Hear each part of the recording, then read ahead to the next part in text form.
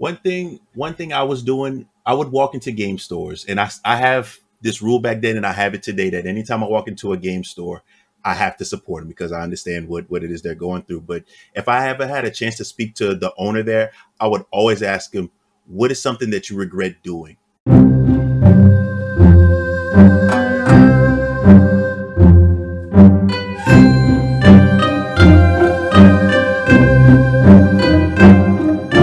And hello, everyone. Welcome to another episode of the Match Slip Podcast. I'm your host, Frank Angeloni, and on this episode, we'll be talking to Darnel, who owns Anubis Games, located in Lafayette, Louisiana. Before we bring Darnel onto the program, I wanted to remind you all that you could check out our most recent episode with Spencer, the owner of Magnolia Games, located in Troy, Alabama. But with that said, let's get into today's episode and bring Darnel into the program. Darnel, how are you doing today? Hey, I'm good. Thank you for having me. It's my pleasure to have you on. So you're located in Louisiana, Darnel. How long have you had the store located in Lafayette? We had it approximately, September 25th is going to make 3 years. We've been in Lafayette. In 6 years we've been open in total. And prior to Lafayette, where were you situated with the business at that point in time? We was in a neighboring city called Broussard, Louisiana. It's a bit smaller. Lafayette is kind of the hub of our parish, and Broussard is kind of on the outskirts of it. And what drew you to being a game store owner and to get into this industry? I ask myself that question all the time. You know, no, back in 2016, my career, I was a welder, and I said I didn't want to stay in this field forever, so I was looking for other things to do. And my first thought was a game store, but I saw other stores in the area. I said, man, I definitely don't want to do this. And it was actually another store in Bainbridge, Georgia. If you don't mind, I'd like to give them a shout out. Eternity Portal in Georgia made me change my mind. And that was the root of what made me open up a game store. I've always been passionate about a plethora of games, and I just wanted to bring that feeling to Lafayette.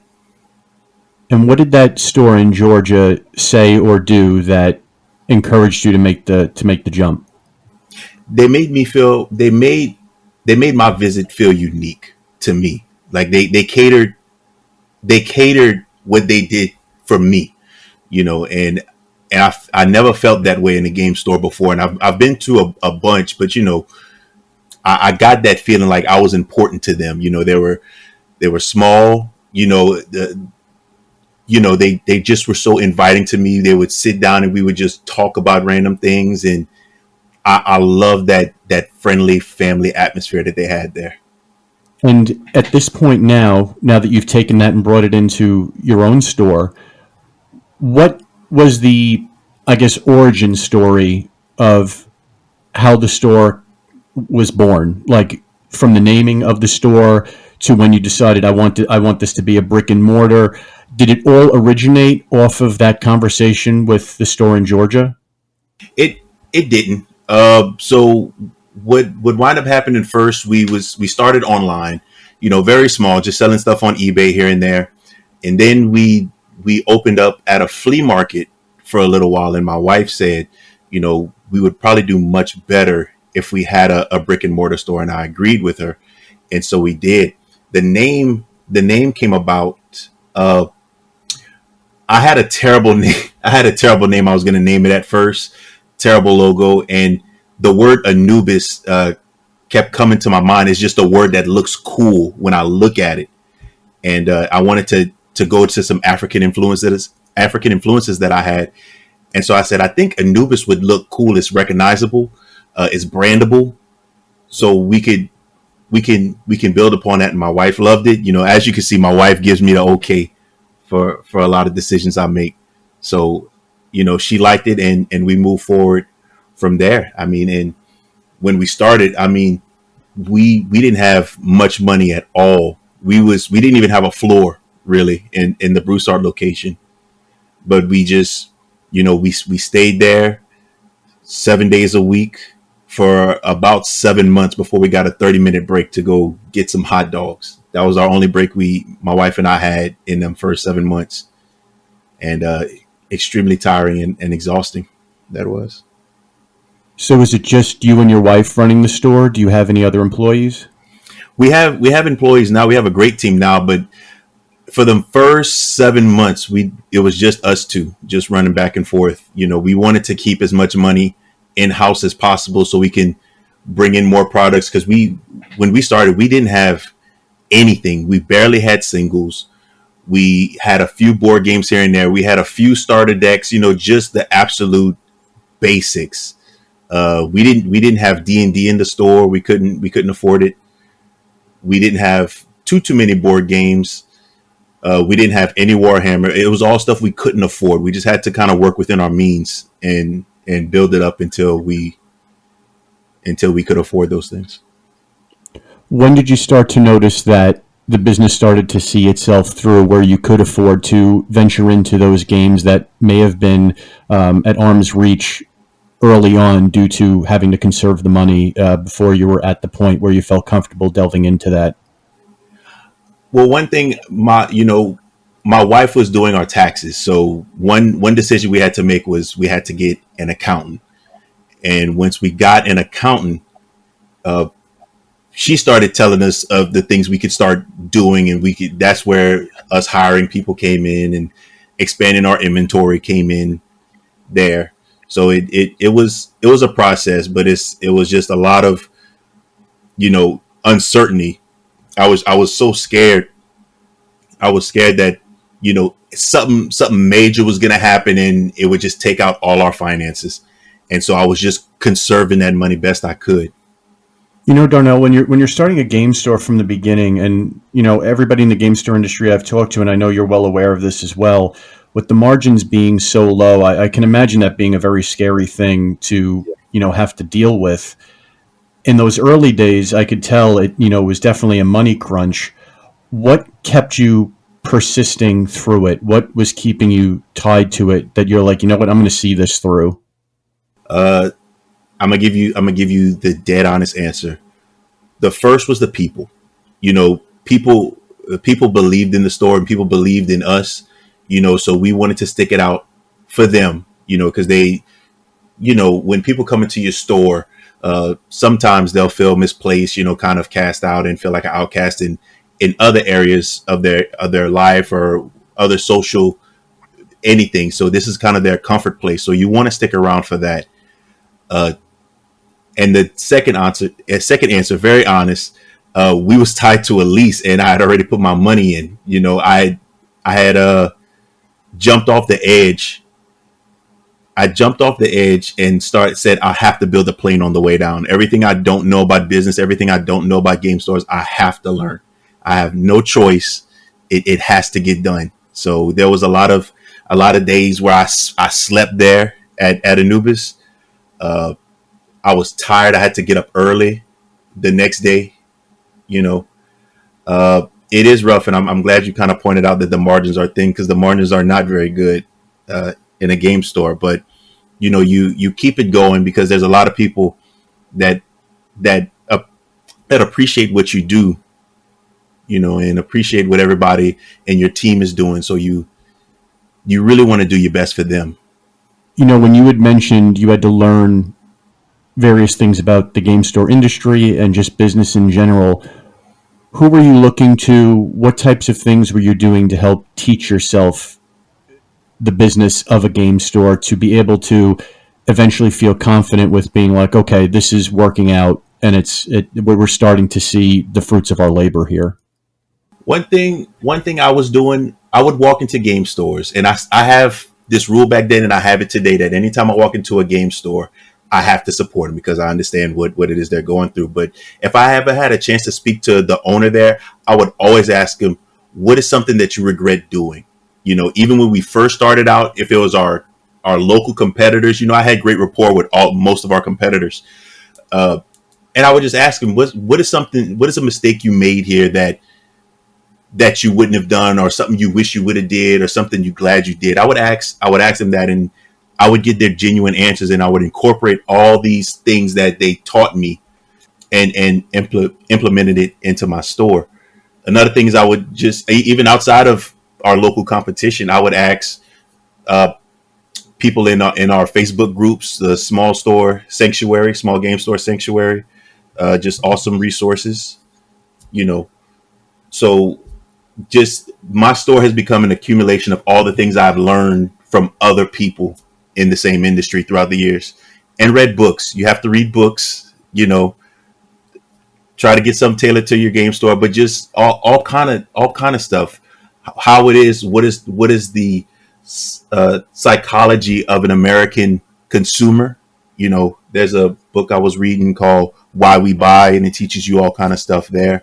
Taxes was another big thing for me. How to, I was completely clueless with taxes, and you will learn real quick uh, how taxes, how to write stuff off, and all the XYZ 1 2 3s with taxes. But it's a bunch of stuff. It's hard to pinpoint uh, a few specific things. But if I had to say anything, uh, taxes we had to learn on the fly, and just implementing a lot of things that other game stores did and didn't do into Anubis.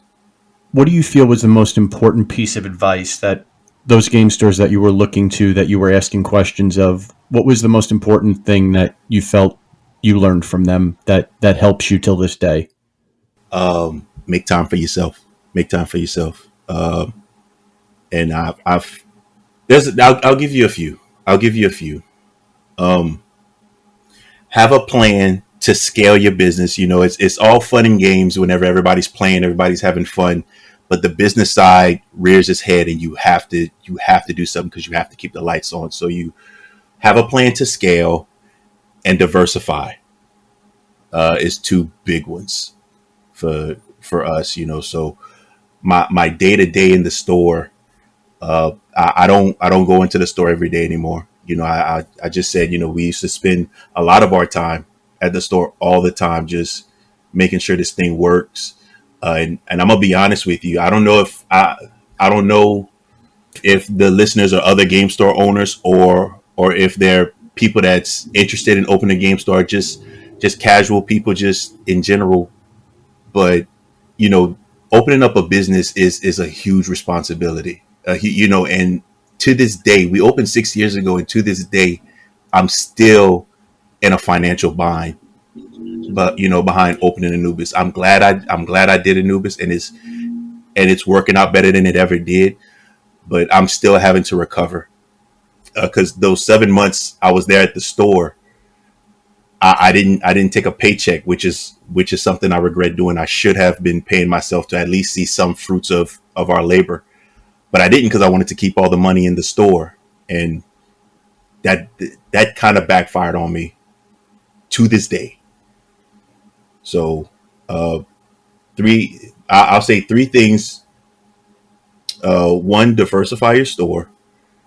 That's a big one. Two, have a plan to scale it up, and three, pay yourself immediately. That'd be my three things that I learned.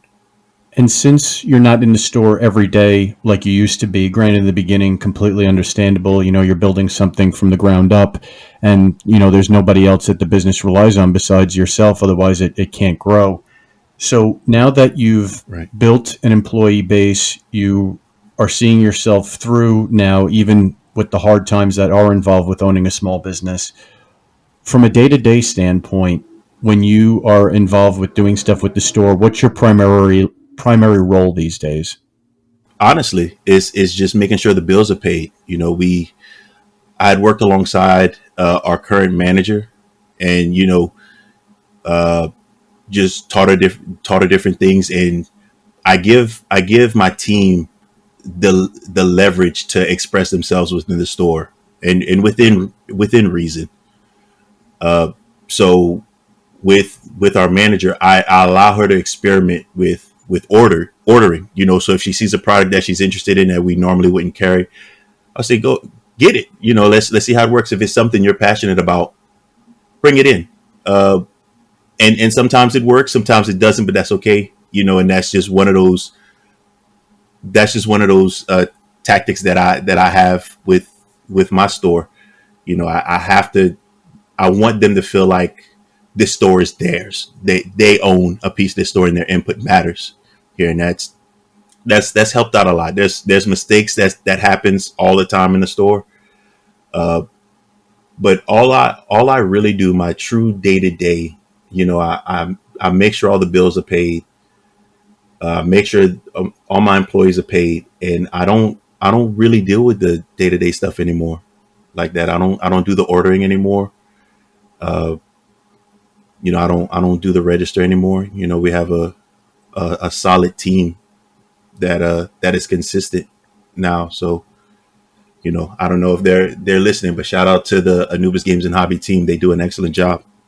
I think that's a great thing that you're able to do something that, many business owners may struggle with, which is ceding the control and being able to put the trust in your employees to carry out the day-to-day business, because you're the initial vision for the store. You're the one who started it up. And then as you grow, you bring in employees on. So how did you become comfortable with being able to be like, okay, I have this employee who I trust. I'm willing to let them do their thing. How did you come about being comfortable doing that when not every business owner may have that comfort level? I was forced to. I was forced to. So I was hired. I was still going to the store in 2020, and then COVID happened, and I wasn't really making much money from Anubis, so I absolutely had to make some money. I had to. Um, so the person who is our manager now was running the store on our behalf, and she would contact me and we would talk about things. But COVID forced me to take a back seat, and because I had to, pay my bills at home, and I couldn't. So that the brutally honest answer. So it was pretty much you had to adjust with the circumstances presented in front of you.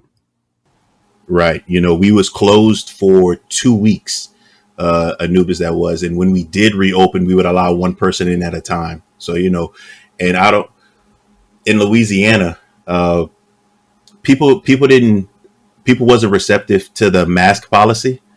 So, we got a lot of pushback for that, and people that said they'll never come back to us. So, all that took a toll because we're still a small business.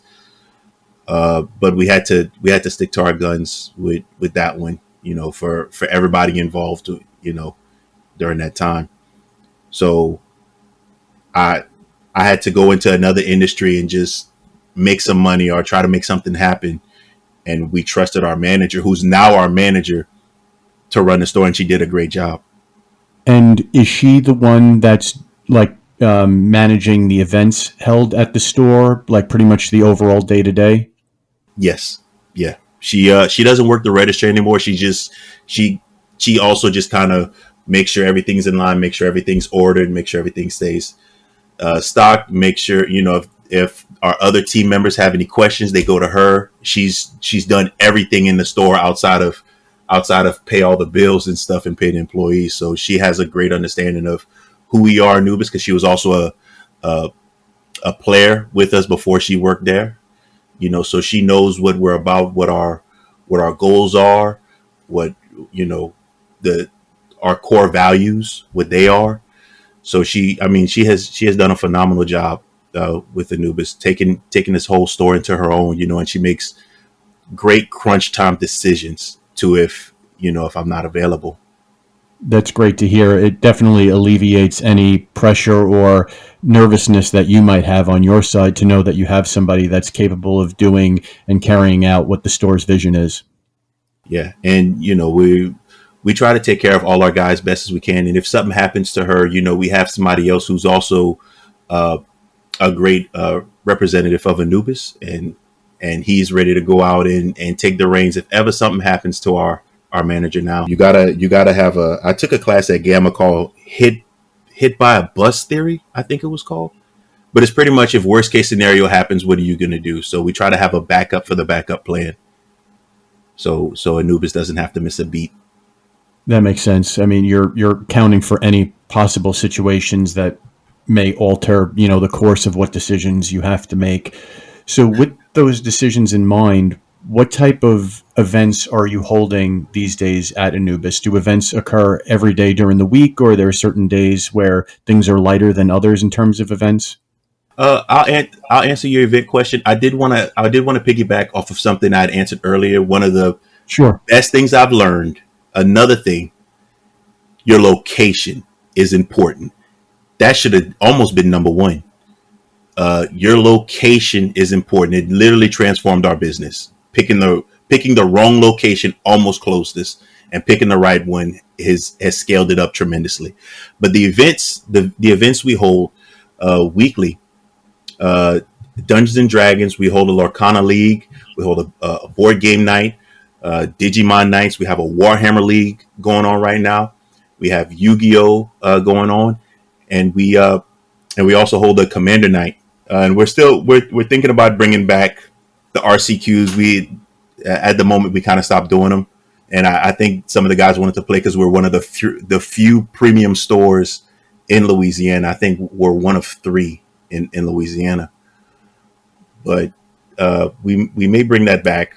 But as of right now, we're still thinking about Would that. you say your store primarily is casual or competitive, or is it a mixture of both in terms of the player base?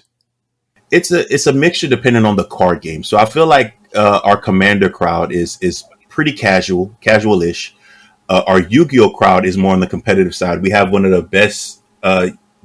best players in the southern region. One of our local players has won a YCS in Pasadena. So we're pretty.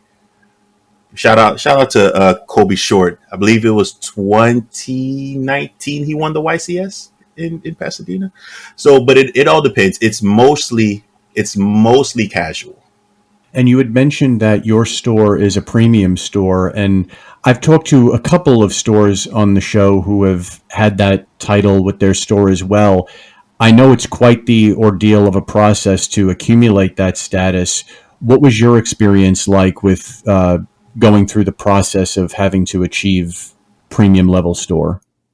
So I think our process went a little easier than most people. So in 2020, we decided to move to the location we're in now, and I had been in talks with Wizards of the Coast for months. Saying, "Hey, I'm gonna design this store in a way that's premium friendly." So we had them kind of guiding us and helping us, and we exchanging ideas, to make it premium. So we was gonna be, you know, renovating the store anyway. Let's just renovate it with premium in mind and make it easy, you know. And it wasn't so bad for us. I think it took maybe a month, of just back and forth before it became premium, and the thing I've learned, which is just valuable anyway, when somebody looks at your store, like for us example, if they outside of your store they say Anubis Games and Hobby outside, when they walk in they should feel like they're in Anubis Games and Hobby. So we had to do a lot of unique branding that just made sense to just our store. So I took that and I valued that information a lot. Just everything Egyptian, as much as we can Egyptian themed, and uh, Anubis branded things, is around the store. So I mean, it's an expensive venture, but all in all, worth it. When it comes to the branding of the store, because you had lightly touched on the Egyptian theme, which I actually really like that concept a lot. Can you talk a little bit about the whole branding concept and how that plays into the marketing efforts of the store?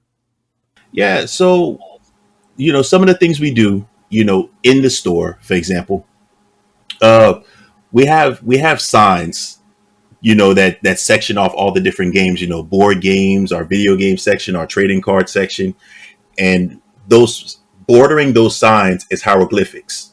You know, so that's a cool thing with. God, I wish I could send you a picture, but one is like a hieroglyphic with them holding a controller, or another hieroglyphic with a meeple or something, or stuff like that. But branding is just important in business anyway, because you know when people outside of gaming think of Anubis the figure, they'll automatically think of the store. If they know. they'll think about us, you know. Uh, or they our mascot is called Nile, so if they hear about the Nile River, or it'll all come back to their thought process will go to Anubis, as a whole. So it's important to just have a great, easy way to brand your store, as a whole, to just keep you at the top of people's mind, so they'll come and visit and check you out or whatever, and you know anything like that. Once you have the branding in place, what are some things you like to do for marketing? Is it purely social media, or do you have other avenues that you and your employees like to tackle? Honestly, it's mostly social media. It's mostly social media and in store stuff. I like, I really took to heart people walking in and feeling like they're in Anubis. So we try to keep the Egyptian theme kind of going here and there. But mostly everything we put out on videos and social media is going to have Niles in it somewhere, stuff like that. And all our shirts is going to have stuff like Niles on it. Everything we do, we try to put Niles on it. All our dice that we bring in, we try to put Niles on it. Anything possible in the store, we put our mascot on it. How did you come up with the Egyptian theme? Like I mentioned, I really like the concept. I've always found that area of history interesting, and it's always entertained me. So I'm curious, from your standpoint, how did you build out that thematic concept for the store? So how did we build it out? Like you're asking, how did we Egyptian theme the store? Sure. Yeah. So that, and almost how that came to be, like what made you feel like, okay, let's do the store as an Egyptian theme when you were first deciding on that concept. So in all honesty, I wanted an African influence, and the word Anubis just looked good to me, which is very important to me, because when people see it has to look good and brandable. So I was pulling influences from stuff like Subway. Subway is a train, but when you say Subway, you would also think of sandwiches. You know, Hmm. so stuff like that was important. I said, you know, Anubis is a recognizable name. It's a cool looking word. Just as a word, it looks cool. I didn't even think, keep in mind, this was 7 years ago, 6, 7 years ago, that I was thinking of this concept. So I didn't even think to have it Egyptian theme. I was literally just thinking about the name and the colors, because I wanted a bright color to pop off of black real good. So I picked yellow to make it pop. But when it came down to the premium store, and that's when we got the idea to kind of start adding that within the store, because it was easily brandable. So like I said, we did the signs. We have small statues here and there. In our dice display, we'll have random pyramids and stuff in the store, and just other trinkets that brings you to uh, just Egypt. Uh, Another thing is, all our price tags in our store also have a small hieroglyphic. It may be hard to see, but it does have a hieroglyphic. All our signs that we make personally, all is going to have like a hieroglyphic around it. We really try to dig into we just came short of having sand on the floor, and I asked my wife. I did think to have sand on the floor, and my wife said that's a terrible idea. I said, yeah, you're probably right.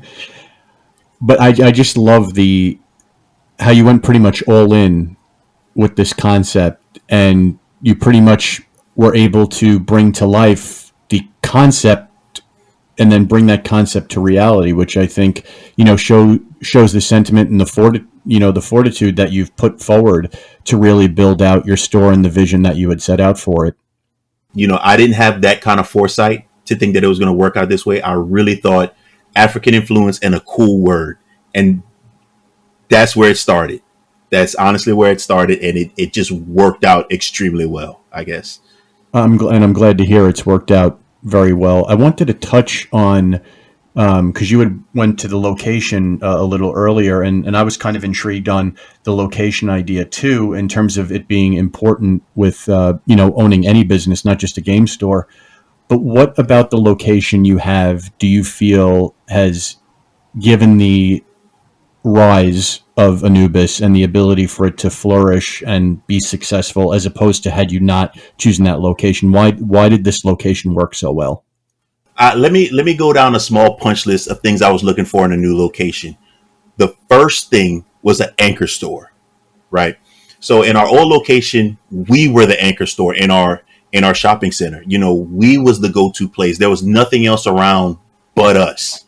You know, so I didn't want that responsibility to be the anchor store anymore. Because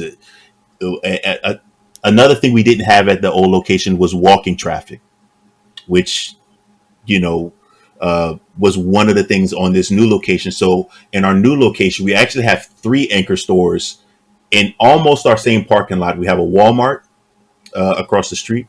We have a Dollar General, which is in the same shopping center, and we also have a GameStop, kind of in the same shopping center. So all three of those kind of work together in a sense and that was one of the things I said, oh, this is going to be a real good spot, especially if we're going to have video games here. We already have a good rapport with that GameStop, uh, so, and they advertise for us all the time, just willingly. So, people come all the time from GameStop and come shop with us or trade in their stuff to us.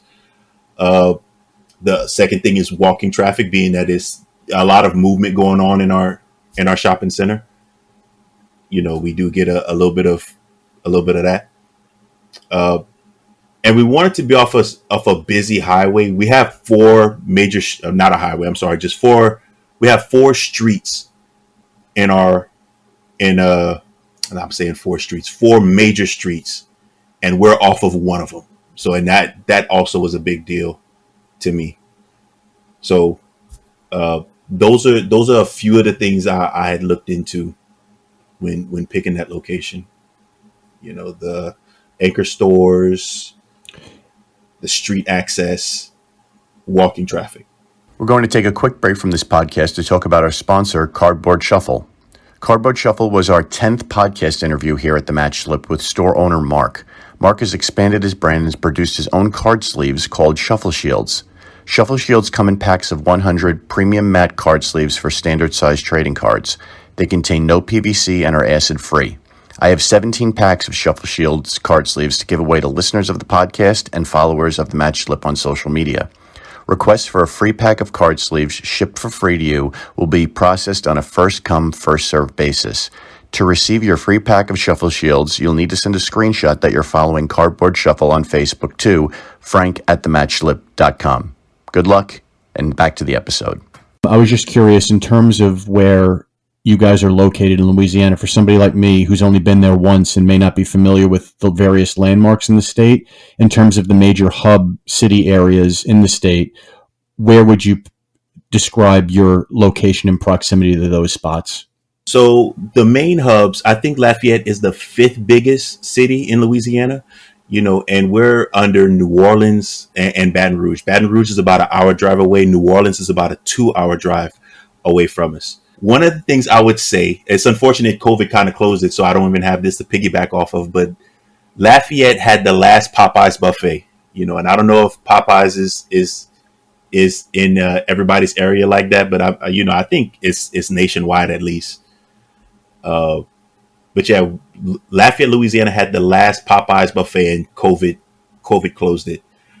Shaq was here actually recently, a couple of days ago. He owns real estate in Lafayette. Yeah, he was here a couple of days ago. He went to our Lafayette's Best Buy and just I think he spent upwards of 60,000 in the store. But he owns if I'm not mistaken, he owns a house in Lafayette. So we do have that too. But honestly, Lafayette has big city features, but it's actually a smaller city. I think we're about 100,000 population. So we still have a lot of growing to do.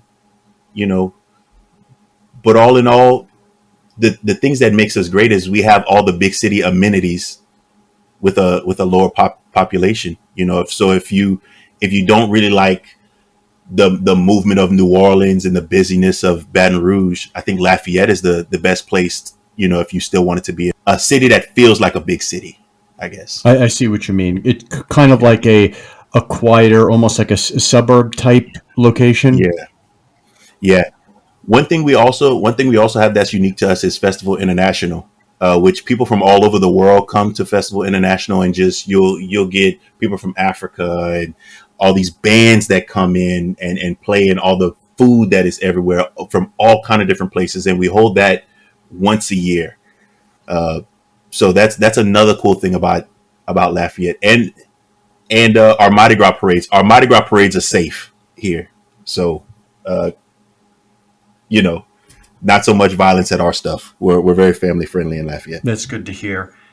And with your store, what would you say in terms of between the buying and the selling that goes on? What is doing the majority of the revenue for the store? Is it stuff like this buying the buying and selling of the sealed product? Is it the buying and selling of the singles? I'm curious as to what you're seeing from your side is the most profitable end to help grow the store's revenue. It's the singles, and then followed by TCG sealed product, then video games, and then probably Gundam models would be fourth. With on the rise, quickly on the rise is Warhammer for us. So we recently tried to dig a little deeper into 40K, and that is on the rise at an alarming rate. So that's on the rise now. The sealed product is what I always hear is the biggest difficulty with game stores because of the margins, as we talked about a little bit earlier, being so low. Are these other is bringing in the other games like Warhammer 40K or Dungeons and Dragons, the selling of the singles? I'm assuming that is what helps offset the low margins that result from the sealed product. Uh, you have to. It does. So to all the people to everybody's listening, listen, if you love your game store, let me say this up front. Dice is some of our biggest margins. Go to your game store and just buy some dice. It's some of the better margins we could experience in there, and even that's not amazing, but it's better than what we normally get. So I'm not sure. I'm not sure. I'll go into numbers if you wanted to for the seal product, but Sure, you can if you're comfortable. yeah, I'm fine with that. So what we try to do, and this is low, but we try to have a margin. We try to sell at a margin of 40% in the store. Just we don't. If it's going to be under 40%, we don't even want to bring it in. Unfortunately, TCG is one of those that falls right under it. So booster packs, we can probably get 40%. Which is fine. Booster boxes, we try to get 30. Which is a little lower, but we're kind of okay with that. But recently, we do have to combat at least a little bit Amazon prices, and of course, Wizards of the Coast is selling their product on Amazon, and we can't really beat Wizards of the Coast. You know, so we really do our best we can. In the last product, I think we barely pushed 20% uh, margin on it. So that it as a whole, it makes me want to order Magic less. Unfortunately, because you figured if you could put X amount of dollars into a product, you'd rather put it in a higher margin product. Sure. So and just kind of push that. And at the moment, Warhammer's margins are are okay, but they're still not ideal either. What would you say is the struggles with Magic right now? I'm starting to hear that a lot from various stores, and even hearing it from the player base as well. But from a store standpoint, what are some of the struggles that you're experiencing there? Let me see. I think I can give you two off the top of my head. One is that we have to compete with them. So being that they make these products and they're pushing direct to consumer through them, with them, and we're pretty much forced to compete with them. Which drives our prices down and our margins down, unfortunately.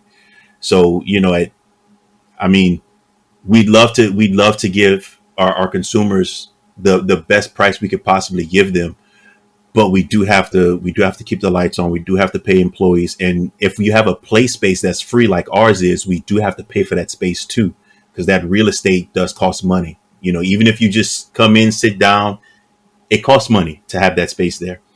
So Wizards kind of makes that a little harder, as we're competing with them. Oh, I'll also say Arena kind of hurt too. So I don't know if you'll have an answer for this. I've asked other stores, and I never got a solid answer. So the three major TCGs, being Yu-Gi-Oh, Pokemon, and Magic.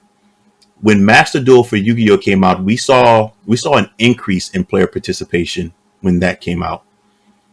Pokemon has had an online game for a while, and during COVID, we saw a huge spike in Pokemon.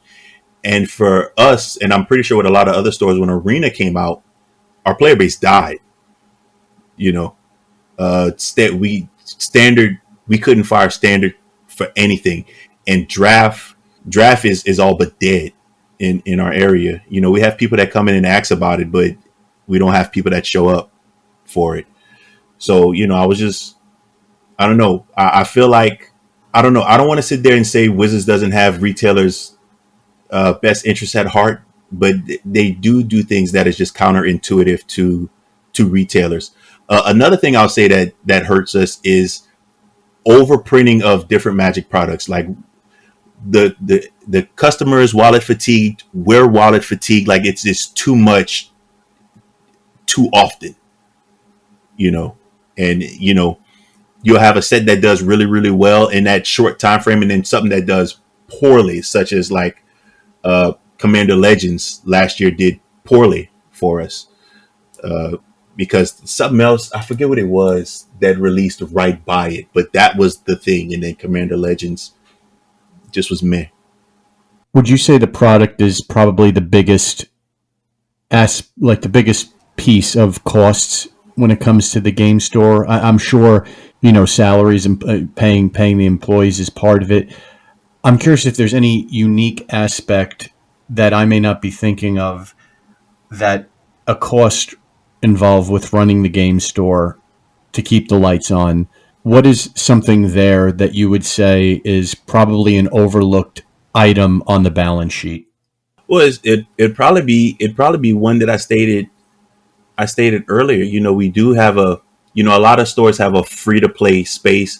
Some have transitioned to where you come in and pay to play, but ours is still free. But that real estate could be used to sell other products or anything else. So I think just a space where people could just come in and play without any intention on purchasing anything at all. Just come in and just enjoy the atmosphere, and just want to play some games. You know, does have a cost to it. Of course. Was the free to play concept something you had thought of implementing like from the very beginning of Anubis? Yeah, it is, and it's one we still hold. We still hold. We was fortunate that we negotiated a really a decent lease. And we try to stretch it long term as much as we could. So that kind of helps it a little bit, but that's not going to always go in our favor. So uh, as leases expire, and they know that your customers know where you are and they're comfortable here, and this is where they're accustomed to going. Landlords know that, so as the years go by, they increase the rent. You know, so and that's just business in general, though. So that was one of the reasons we moved out the old store, because I mean it got astronomical what they was asking. I'm like, we don't do that kind of business here. So, but this is going to happen here too. To increase the business coming into the store, do you do anything like conventions, or like not necessarily, doing national conventions like traveling to other states, but do you do any local conventions to help get the name out, to bring in new customers outside of the regulars? We do. We have a Comic Con that comes to Lafayette. Although at when COVID happened, there was some wires mixed up somewhere, so we kind of lost communication there. Because they had to cancel it and redo it and cancel. And it became a mess. So we haven't been back to Comic Con since. 2019. But we do have a couple local conventions that we would go to. We have a board game festival coming up soon, so we always attend the Southern Board Game Festival. We have the LeetCon that's in November. It's kind of like Lafayette's own convention, so we attend that. But outside of conventions, I'm gonna be honest. Everything else has been word of mouth. I try. One thing I do try is whenever I go out, I always wear the Anubis shirt, whether I'm there, just doing errands for Anubis or just out casually doing whatever it is. I try to walk out with a Anubis shirt, so just so people can see it in. Yeah. So I try not to leave the house without an Anubis It's very shirt. smart. When you do go to these conventions, is it purely from a branding standpoint? Is it to be able to buy product, or is it purely just like seeing how much business you can generate from it? Because I know there's the cost of, you know, setting up at these events, then and the cost can get pretty high. So I'm curious from your standpoint what your ultimate goal is for attending these types of conventions.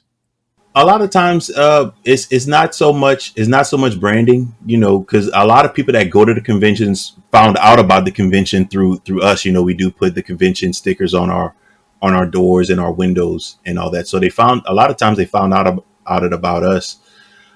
So branding is probably on the smaller end. To be honest, we want to bring products. We like to bring products that are kind of not moving so well uh, out there, and see if there's any interest for it out there. Just anybody else. So we get a lot of luck with that. But we found that dice and Gundams do best at a convention. So whenever we do a convention, we kind of focus on those two things now. And what's your favorite game to play these days when you have some time to yourself, or, with your wife, or, any friends or anything like that? What is your favorite thing to play? At the moment, I'm gonna be honest. I've had just a random resurgence of Yu-Gi-Oh lately. I haven't played Yu-Gi-Oh like that in over, God, maybe 20 years. To be honest, I haven't really played Yu-Gi-Oh like that. The other thing that I enjoy playing is Gloomhaven. So I'm working my way to Frosthaven. What's that game? I don't know if I'm familiar with it. Gloomhaven? Yeah, I don't believe I've heard of it before. Oh, it's a board game. It's a role playing board game. Uh, where you could we're in the Jaws of the Line. Jaws of the Line is kind of their tutorial to get to the Gloomhaven and the Frosthaven. But it's an awesome role playing game where they give you a bunch of scenarios. It's kind of like if Dungeons and Dragons was a board game. Kind of, you could go out and buy items. Oh, okay. More of a streamlined version of Dungeons and Dragons. Let me say that. But there's different scenarios, and you have to go through the map and kill the enemies. And then once you're done with that, you collect your coin, spend your money on items, and then you go into the next campaign. You do this over and over. When you get to the Gloomhaven side of things, there's branching paths, so your playthrough is not going to be the same, you know. But it's a really fun board game. Really fun. I've enjoyed it so much. Me and my wife play that just kind of randomly here and there. I know most of your time, we'll be talking with your employees and things like that for the store. So it's good to hear that you have that time to be able to still dedicate it to things you enjoy doing, getting that time to get a break away from the store. Yeah, you do have to take a break because at what you try not to happen is that it starts to feel like a job, and there's mixed opinions about a job. I guess people go to work and just don't enjoy themselves. It's one thing to play games because you enjoy them. It's another thing to play games because you have to. And that it started to feel like I had to, and it started to take a toll on me. And that's understandable too. Yeah, when it becomes just like a job, and the reason you got into it kind of loses its luster and the fun, it can wind up becoming too overwhelming. So I'm glad to see that you have that balance of what you wanted compared to the early days when you were having to live it and you didn't have any time for yourself. So I'm glad that it's fleshed itself out now to where it's an enjoyable thing again. That's great to hear. It was difficult. Those times when I felt like I had to play, I wasn't enjoying these games anymore, and it just made me become an introvert, I guess, with the whole thing. And there was a part where I was like, I don't even want to go to Anubis anymore because I know I got to do this. And just Of course, just with any kind of business, your day doesn't, you know, your day doesn't start when you open a store and it doesn't stop when you close. Uh, there's a plethora of things that go on outside of those hours that you have to keep up and manage, and that it's difficult. It's difficult. What would you say, Darnell, is something you consider, maybe something outside of what we've discussed already, that you consider to be a unique aspect about your store that maybe not every other store has? One thing we took to heart is we wanted to be a jack of all trades, master of none. So one thing I wanted to do, I find that a lot of stores don't bring in video games, which is weird because I feel like they kind of go hand in hand. But I thought it was interesting you had yeah, that. we carry video games along with Gundam models, which are, if any of you game store retailers are listening to this, bring Gundams into your store. They are a heaven sent. Bring Gundams into your store. Yeah, that's another awesome thing that we just have a wide selection of products just for whatever your gaming needs are, whatever your interests are. We also carry like choose your own adventure books, stuff like that. We also I think we do some of the best Facebook videos, and they're comedic and casual and light in tone. So we also, I think we're the only ones that do like a Pokemon training camp too in the store. So pretty much we noticed that a lot of kids was coming in with fake cards that they got from other people, and they didn't know that they were getting fake cards. So we have a guy come in. Shout out to Casey with the narcissist tattoo. But he comes in and he teaches all that stuff. He teaches how to play Pokemon. He teaches how to spot a fraudulent card, whatnot. And we have a bunch of giveaways for it, and it's awesome. And a lot of people come out. A lot of kids come out and enjoy that. That's excellent to hear. And for somebody like me who hasn't been to the store yet, how would you describe the layout of it? So somebody walks into the door, how would you paint that picture for somebody listening right now? Just as far as like where everything is placed and all that stuff. Sure. Yeah, that's perfect. Yeah. So our concept is kind of open. It's just all kind of open. The first thing you kind of see when you go in is like board games along the wall, and in the middle there's this nice little freestanding thing that holds various board games. To the left, you would kind of see our singles and all our cards and all that. Behind that is our video game section. That's where we have our consoles kind of displayed there, and anything ranging from Nintendo all the way to PS5. We carry, and most things in between. Across from that, we have a large selection of dice, and behind that is our role playing games, and in the back of the store we have our not the back of the store, but back in the retail side of, we have our Warhammer and our Gundam models in the back, and back there we have two 6x4 tables for Warhammer play or whatever else, but mostly it's for Warhammer, and we have eight tables that seat six each for people to play in, and we have two bathrooms, non-gender. And with the store as a whole, everything you're doing today, what would be one wish list item you have? And you could feel free to say something, that you feel that you're saving up for, or it could be something that, if money wasn't an option, which we all know money plays a factor in everything, but if there was something that you would love to see happen at some point, what might that be for Anubis? It's not so much a financial thing, it's more of a space thing, but if I had the space to do it, I'd have a land center too. Oh, that would be a very cool concept. And I mean, you figure you already have the video games too, so it kind of goes hand in hand. Right. A perfect world. I'm not sure how feasible this is, but I would want a small micro center, just a small micro center, very small, just a section where we sell computer parts. Maybe there was also a part of me that thought that we could sell 3D printing products in there too. I don't see many game stores that offer 3D. They offer 3D printing services, but not the products. A lot of people already have access to it and just don't have anywhere locally to get it. So I also looked into that. Excellent. And as we wrap up That's my here, wish list. Darnell, it's been a pleasure getting to talk with you. Is there anything you'd like to tell people listening further about the store? Where can they find the store if they'd like to, connect with you to find out what you guys are doing, or just anything else in general you'd like to share? Yeah, so the best place to find us is on Facebook. Facebook.com/Anubis Game Hobby is the best way to reach us. Or give us a call, man. 337-484-3141.